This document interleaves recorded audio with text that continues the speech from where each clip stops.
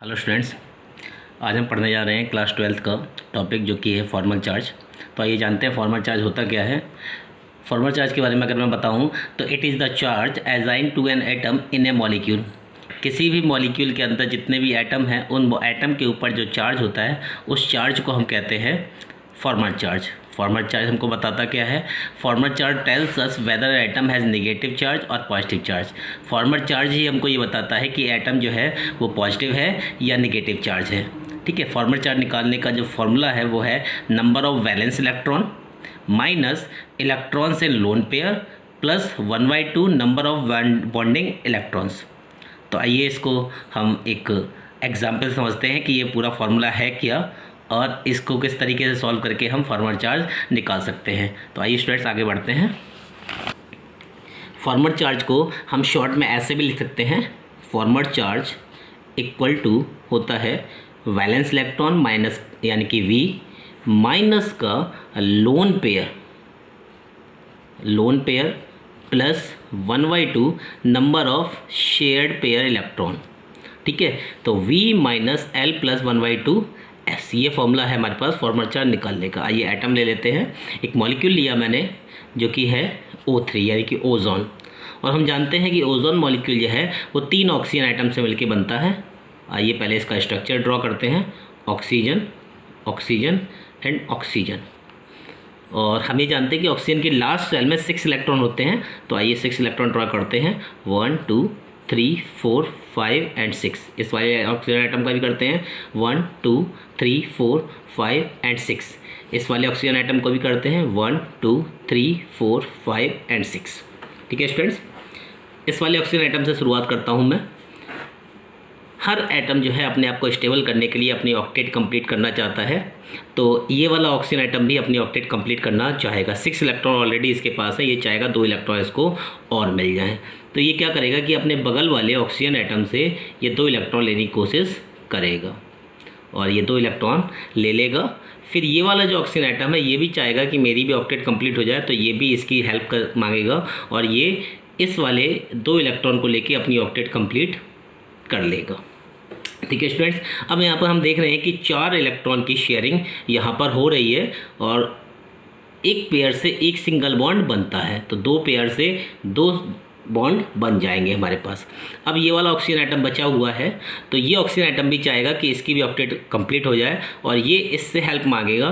तो ये क्या करेगा कि अपने 2 इलेक्ट्रॉन को इस साइड में यानी कि एक करके इलेक्ट्रॉन को यहाँ पर शेयर कर देगा, यहाँ पे सेंड कर देगा। शेयर नहीं होगी यहाँ पर जो है इलेक्ट्रॉन शेयर कर दिया जाएगा, यहाँ पर भेज दिया जाएगा केवल इसकी तरफ। यहाँ से कोई भी इलेक्ट्रॉन इसकी तरफ नहीं जाएगा और जैसे ही इलेक्ट्रॉन इसकी तरफ जाएगा तो यहाँ पर ये इसकी ऑक्टेट कंप्लीट हो जाएगी इलेक्ट्रॉन को लेने के बाद, और यहाँ बॉन्ड आ जाएगा सिंगल बॉन्ड।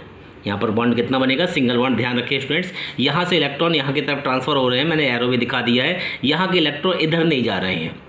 तो आइए अब निकालते हैं कि इस पर कितना कितना फॉर्मल चार्ज होगा। इस ऑक्सीजन आइटम को मैं 1 मान लेता हूँ, इस ऑक्सीजन आइटम को मैंने 2 मान लिया और इस ऑक्सीजन आइटम को मैंने 3 मान लिया। तो आइए पहले नंबर 1 ऑक्सीजन आइटम के ऊपर देखते हैं कि कितना फॉर्मल चार्ज है।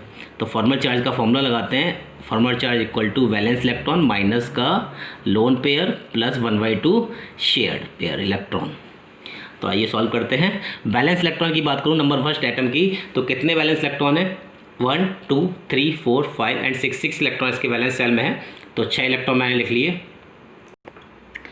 तो 6 इलेक्ट्रॉन बैलेंस सेल में मैंने लिख लिया। माइनस 1/2 लोन पेयर की बात करूं तो लोन पेयर वो होता है जो इलेक्ट्रॉन किसी भी के भी साथ में पार्टिसिपेट नहीं करते हैं। तो हम देख रहे हैं कि ये 2 इलेक्ट्रॉन यहाँ के साथ में आ गए हैं, ये वाले 2 इलेक्ट्रॉन इसके साथ में आ गए हैं, तो केवल ये 2 इलेक्ट्रॉन बचे हुए हैं, यानी कि ये 2 इलेक्ट्रॉन किसी के साथ पार्टिसिपेट नहीं कर रहे हैं। तो यही 2 लोन पेयर हैं, तो मैंने 2 यहाँ पर लिख दिया प्लस 1/2।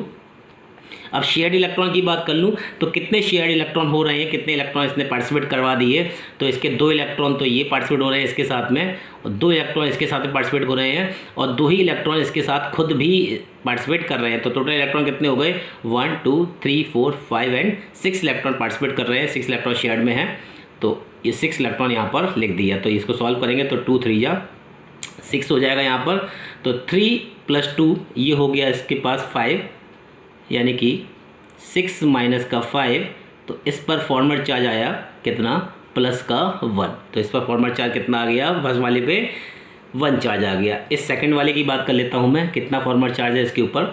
तो वही फार्मूला लगाया, formal charge equal to valence electron, valence में अभी 6 आएंगे इसके, तो ब्रैकेट में लोन पेयर की बात करूँ तो कितने इलेक्ट्रॉन खाली बचे हुए हैं इसके, 1 2 3 और 4 इलेक्ट्रॉन खाली बचे हुए हैं, तो 4 लिख दिया यहाँ पे, प्लस का 1/2। शेयर्ड इलेक्ट्रॉन कितने हैं इसके साथ में, 1 2 3 एंड 4 इलेक्ट्रॉन जो है शेयर्ड में है, तो यहाँ पे 4 लिख दिया, तो 2 2 जा 4।